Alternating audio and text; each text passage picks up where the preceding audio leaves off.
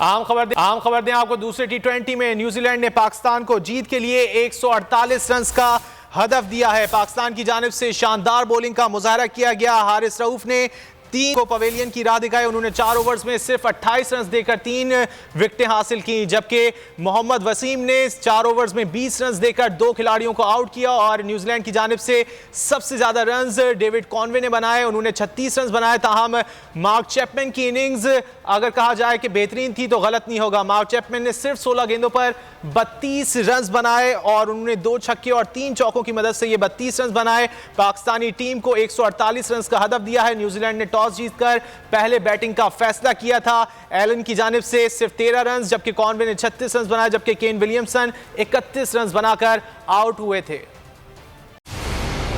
मंजिल, रास्ता, जज्बा, भयानक सच्चाई से हटाए पर्दे और तोड़ डाली झूठ की बेड़ियां। सलाखों से डरना कैसा जब चट्टानों ने पाला हो। इमरान खान बोल के साथ जुम्मे से इतवार रात 10 बजे सिर्फ बोल न्यूज पर।